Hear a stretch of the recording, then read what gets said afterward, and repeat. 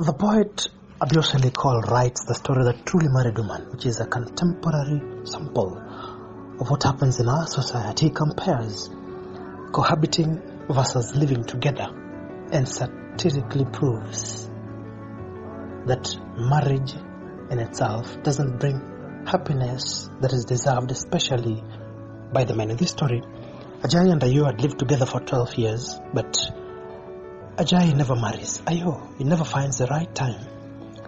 In their lives together, Ayo tries to insinuate her desire for a wedding, but Ajay keeps attacking her because of her friend's huge spending at their marriage ceremony. It is evident the two have some squabbles raising up their son, because Ajay likes to beat the boy, but Ayo quips that he shouldn't be beaten up. Along the way, Ajay is happy with Ayo for she has been attending classes and talks about American things, though she seems to be a beautiful and quiet woman. The WGCA expressed interest in taking Ajay back with them as a missionary, but he is saved by the chief clerk. Later on, he presents to him a gift. After the protests, Ajay decided to stop beating the young man, and after they've taken the picture, he decides to marry her. Abioseli reveals a lot of hypocrisy, and finally the wedding happens, and Ayo becomes a truly married woman. Towards the end, when Ajay asks Ayo where his tea is, she tells him, Ajay, my husband, for 12 years I have got up every morning at 5 to make you tea. Now I'm a truly married woman. You must behave towards me with a little respect. You are now a husband and not a lover. Get up and make yourself a cup of tea. In this particular story, it's therefore evident that the good writer Abioseli Cole employs satire to criticize the institution of marriage. At the beginning of the story, it is revealed that Ajay is a Christian, but his behavior depicts an ironic picture. He has lived with Ayo for 12 years, yet he explains to friends that she is still a good mistress, and they even have 3 children together. Despite her patience, beauty, and honesty, he never prioritizes a marriage in the pretext that the right moment never arrives. He begins living with her despite her parents' wishes and only means to marry her after she gives birth to the first child. Despite her hope of getting married the right way, Ajay would criticize the way weddings were carried out with extravagance. Ayo gave details of her friends' weddings, but was met with criticism of the huge cost of the ceremony. She finally gave up. Whenever the priest spoke against unmarried couples living together, he would stay away from church for a few weeks, even though he knew the priest was right. This brings out his incorrigible and stubborn nature despite being a Christian. His attitude towards marriage is totally twisted, despite knowing the right thing to do. Through satire again, Abioseli criticizes how people like keeping mere appearances of cohesive marriages to the world despite the realities.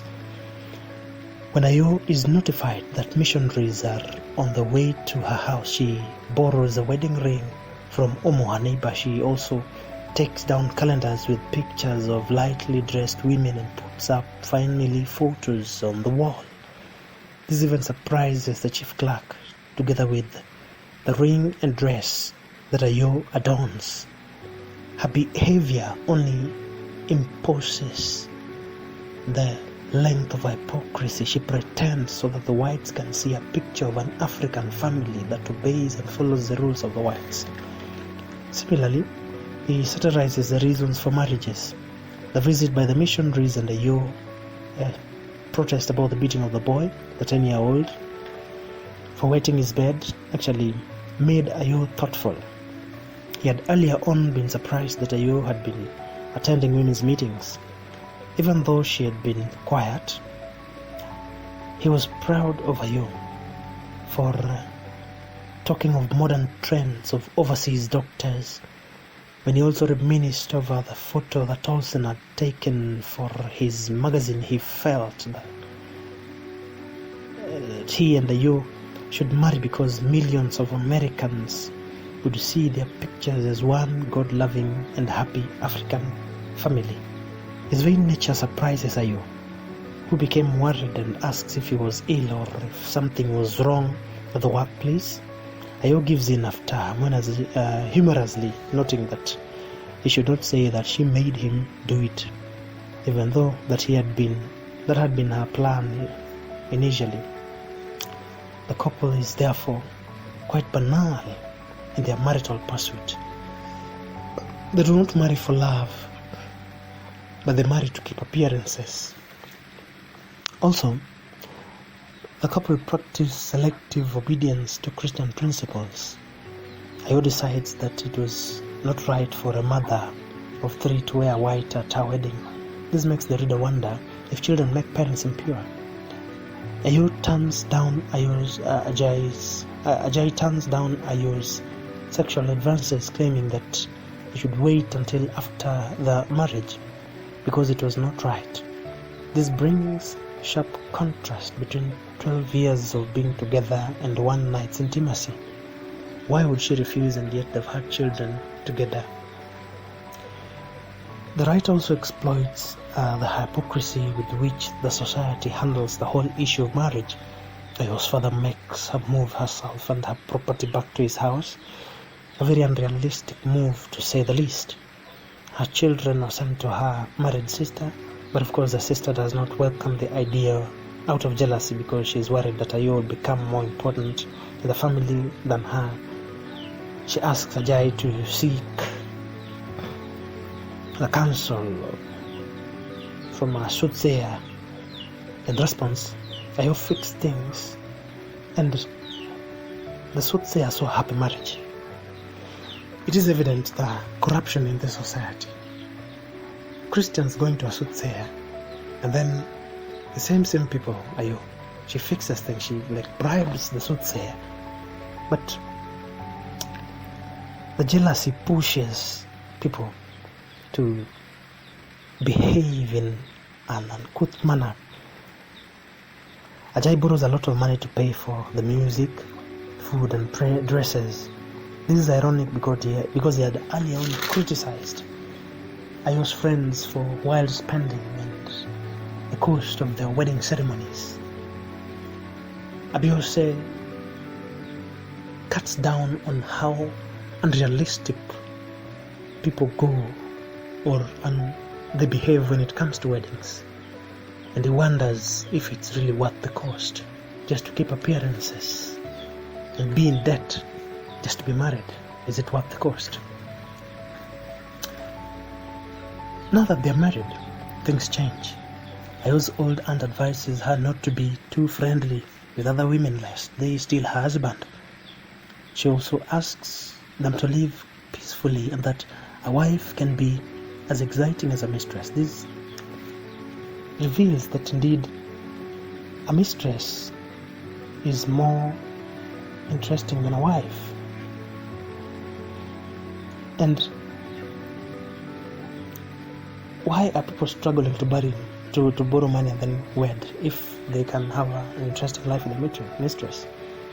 It is a wonder if such a vice is accepted. The beating of a woman. Now that Ajay has married Ayo, he should not be violent towards her. What of when she was still his mistress? Was he permitted to be violent against her? Ayo seemed different in Ajay's eyes. Her features seemed accentuated by this newly found union. However, the next morning he fails to get his tea and thinks that Ayo is unwell. She sarcastically says she has done chores for him for 12 years and demands to be treated with a little more respect. She truly feels married. The wedding shakes him out of his comfort zone. Nicole criticizes the expectation by the men that once they're married they will get everything they want and the wives will be like their mates, but this isn't the case when Ajay marries Ayo. She now demands more respect and takes her place. Thanks for listening, and for more of this awesome content you can also check Osarewili YouTube channel, Osarewili Literature, and Osarewili blog. Thank you.